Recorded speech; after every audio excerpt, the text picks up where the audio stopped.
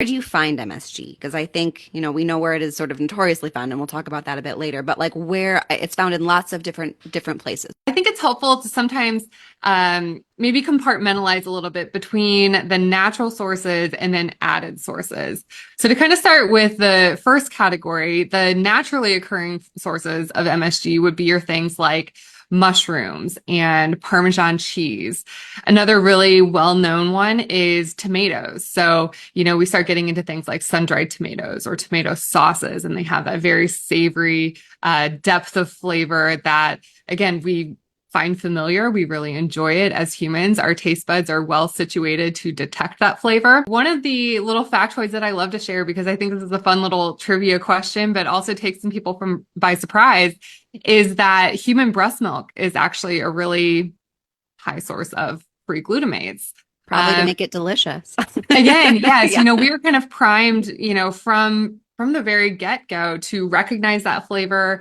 And again, I would not recommend, just adding the salt shaker to human breast milk, but it's just indicative that these free glutamates are everywhere in our diet, combined with the fact that, like I mentioned earlier, our bodies can also synthesize their own amino acid in the case of glutamate. So I we may can have a couple safely consume about 14 milligrams of Yes. MSG per pound of body weight. Yes. So And that's a so lot what that, because, like, yeah, I mean, when you yeah. actually convert that into something like a gram amount, it ends up being, roughly, again, based on body size, it's variable, but could be anywhere from, let's say, 2.5 grams up to, maybe three plus on the high end.